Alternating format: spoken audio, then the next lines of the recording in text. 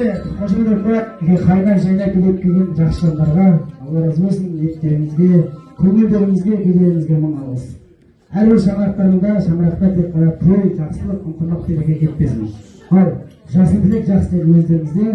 Енді орталық кесі ер дейді.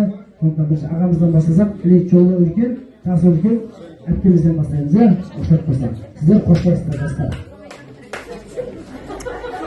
Ал